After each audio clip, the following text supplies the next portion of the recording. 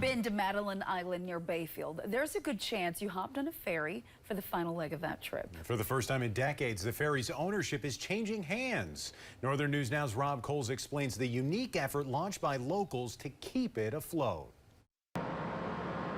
A ferry ride between Bayfield and Madeline Island. A 25-minute trip for most, but for Robin Trinko Russell, it's a journey lasting most of her adult life. I married into the ferry family. My husband's father would sit in a chair in the living room and watch the dock and the boats. My mother-in-law would do it too. More than 50 years ago, the Russells were one of two families operating separate ferry lines to the island. In 1970, those companies merged to create the current Madeline Island Ferry Line. Now, after decades of service, it seemed it was time to sell. Neither family had a strong succession plan, and both families wanted to enjoy what remaining time they had.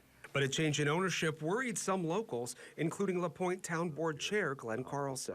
Well, it's the only way basically to get here. It's also the way that we get anything from our food and building materials.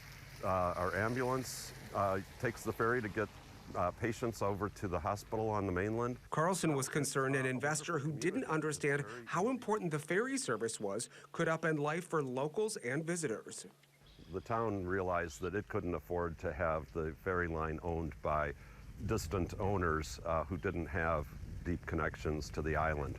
So La Pointe created a harbor commission to find ways for the community itself to buy the ferry service. After 18 months of work, acquiring more than $18 million in funding, the town is now the owner of a fleet of ferries. Feels great. We have worked a long time for this. I think that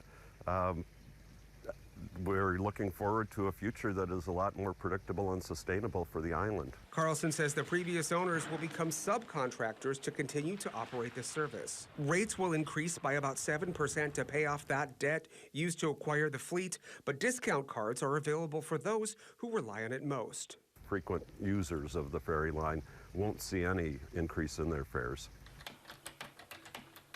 And for Trinko Russell, the new ownership is one way to ensure local people have access to the services they need. You know, it's part of being a small town and taking care of each other and helping each other For years to come.